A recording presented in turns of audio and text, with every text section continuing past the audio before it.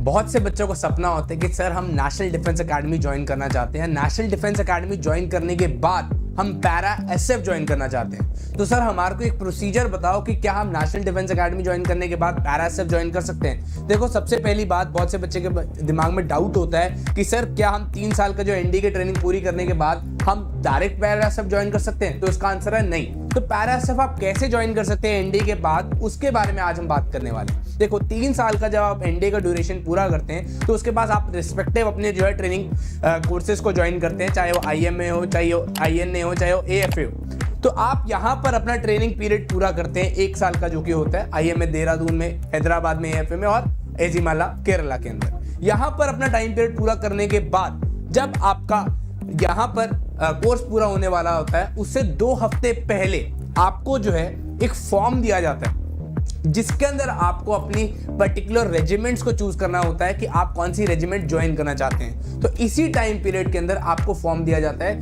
कि आप यहाँ पर पैरा फॉर्म जिसको कहते हैं उसको भर सकते हैं, फिल इन कर सकते हैं। And apart from that para form के अलावा यहाँ पर 2 आपको रेजिमेंट्स और चूज करने को बोली जाती है कि जस्ट इन केस अगर आपका पैरा में सिलेक्शन नहीं होता तो बाकी 2 रेजिमेंट्स में से किसी एक को आप चूज कर सकते हैं।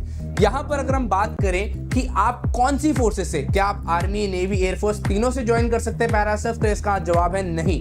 आप सिर्फ इंडियन आर्मी के थ्रू ही पैरा एसएफ ज्वाइन कर सकते हैं। अब यहां पर फॉर्म ज्वाइन भरने के बाद आपको 2 ऑप्शंस होते हैं। देखो, पैरा के अंदर ना एक होता है पैरा एयरबॉर्न और पैरा स्पेशल फोर्सेस, ठीक है जी। पैरा एसएफ होते हैं और पैरा ट्रूपर्स कहते हैं जिनको हम। तो यहाँ पर दोनों के अलग अलग प्रोसीजर होता है। देखो, यहाँ पर अपने ट्रेनिंग पीरियड पूरा करना होता है। पैरा, अगर आप ट्रूपर की बात करें तो पैरा ट्रूपर के लिए 90 दिन का आपको प्रोबेशन पीरियड जो है पूरा करना होता है। यहाँ पर अपनी ट्रेनिंग आपने पूरी करी एनडीए के बाद आईएमए की, उसके बाद आपको 90 दिन का जो है ट्रेनिंग पीरियड पूरा करना होता है, प्रोबेशन पीरियड जिसको कहते हैं, जो कि बहुत ही ज्यादा रिगरस ट्रेनिंग यहाँ पर जो है प्रोवाइड की जाती है उसके अंदर।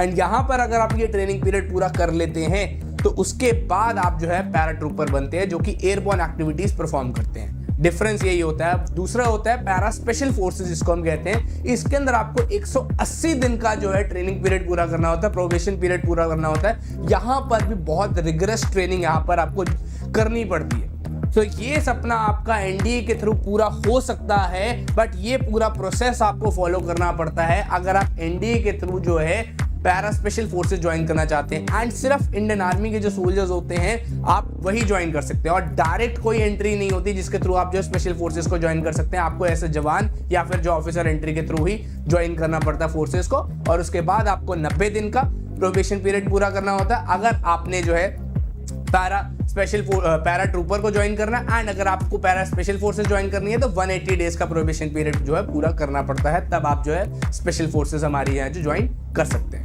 सो आई होप आपको वीडियो पसंद आई हो। पसंद आई तो लाइक जरूर करना, एंड अगर आप चैनल के ऊपर नए हैं तो चैनल को सब्सक्राइब करना मत भूलिएगा। जय हिंद, जय भारत।